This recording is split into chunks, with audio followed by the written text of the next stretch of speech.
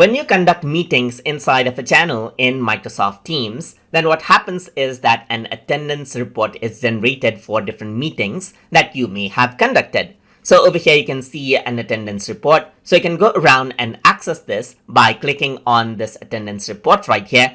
And once I do that, the file gets downloaded, as you can see right here. So over here you can see that it is downloading, and once it is downloaded, you can access this in Microsoft Excel format. If I were to double click on this particular report, then what happens is that it opens up with Microsoft Excel right here.